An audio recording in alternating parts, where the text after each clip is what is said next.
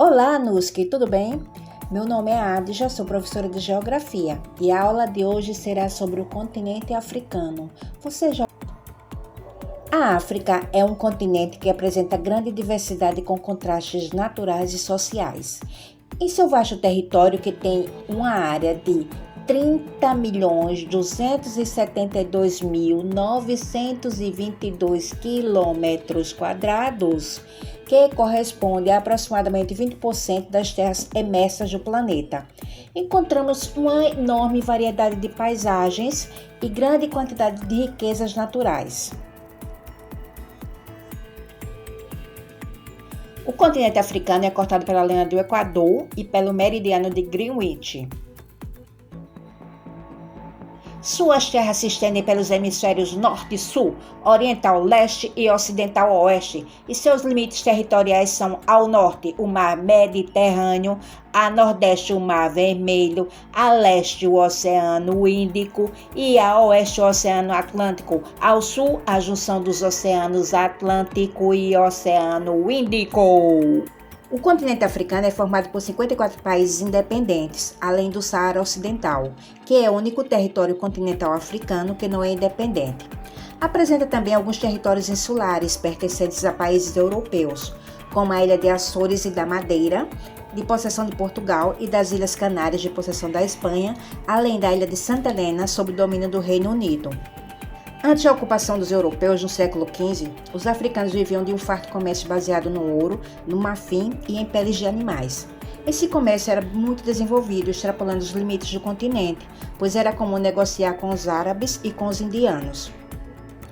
A partir do século XV, com a expansão marítima europeia, que tinha entre seus objetivos conquistar novos mercados comerciais e obter novas fontes de matéria-prima, o continente africano passou a ser ocupado pelos europeus.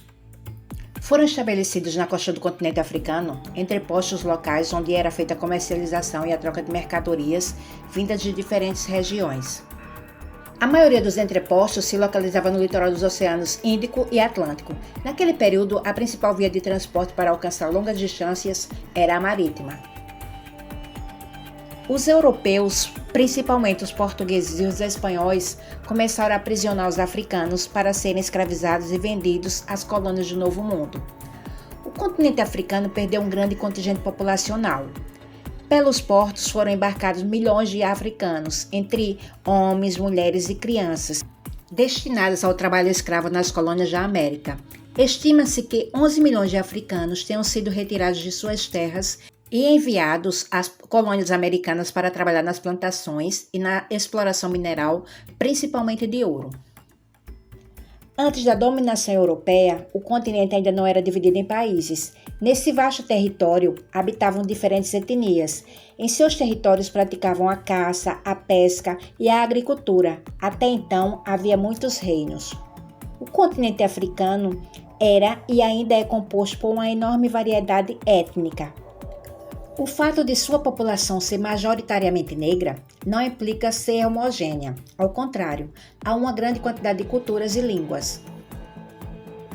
A diversidade étnica e cultural desses diferentes povos não foi considerada quando foram retirados à força dos seus territórios, da mesma forma que não foram respeitados quando as potências europeias dividiram o continente africano entre si.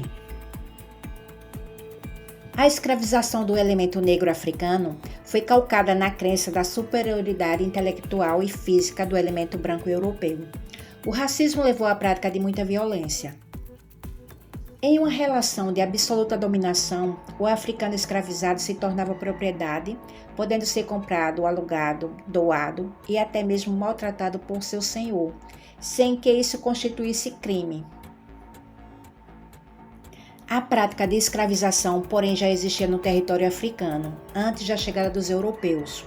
Grupos rivais guerreavam entre si e os vencidos poderiam ser feitos prisioneiros e escravos. Aproveitando-se desse costume, os europeus passaram a frequentar o continente africano, oferecendo aos nativos diversos produtos em troca de escravos, tecidos, trigo, sal e, mais tarde, também o tabaco, aguardente e o açúcar. Contudo, o tratamento dado aos prisioneiros escravizados no continente africano era bem diferente daquele que recebiam os que chegavam ao Novo Mundo. Nas colônias americanas, ao contrário, o escravo era submetido a uma série de castigos físicos. A colonização e o processo de independência.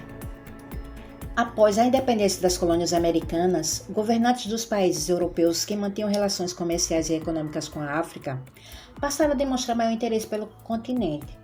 Assim, na segunda metade do século XIX, iniciou-se uma outra fase de dominação no continente, chamado de neocolonialismo, período posterior à colonização do continente americano. As grandes nações europeias da época desejavam explorar as riquezas africanas, pois eram fontes de matéria-prima importantes para alimentar a crescente industrialização da Europa. Entre 1884 e 1885, realizou-se a Conferência de Berlim, na qual discutiram-se diversos assuntos ligados ao continente africano. A decisão mais marcante foi a divisão arbitrária da África entre as principais potências europeias da época: Alemanha, Reino Unido, Bélgica, França, Itália, Portugal e Espanha, estabelecendo que a ocupação das terras africanas seria o critério para a demarcação de fronteiras, o que lhes garantia, sob o ponto de vista europeu, o direito da posse. O conhecimento que os europeus obtiveram do território africano com as atividades missionárias favoreceu a sua conquista. Os avanços da medicina também facilitaram essa ação, pois já se conhecia o quinino, uma defesa contra a malária, doença transmitida pelos mosquitos nas selvas africanas. O quinino é um alcaloide extraído da casca da quina, de uso medicinal. Outro fator determinante para a ocupação foi a superioridade bélica das nações europeias em relação aos grupos locais, além do fato de muitos deles estarem desestabilizados politicamente em virtude dos conflitos que travavam entre si. A África foi, ao longo de poucas décadas, dividida como se divide um bolo e as fatias foram entregues a algumas potências europeias. A posse do território significava soberania, poder político e acúmulo de capital.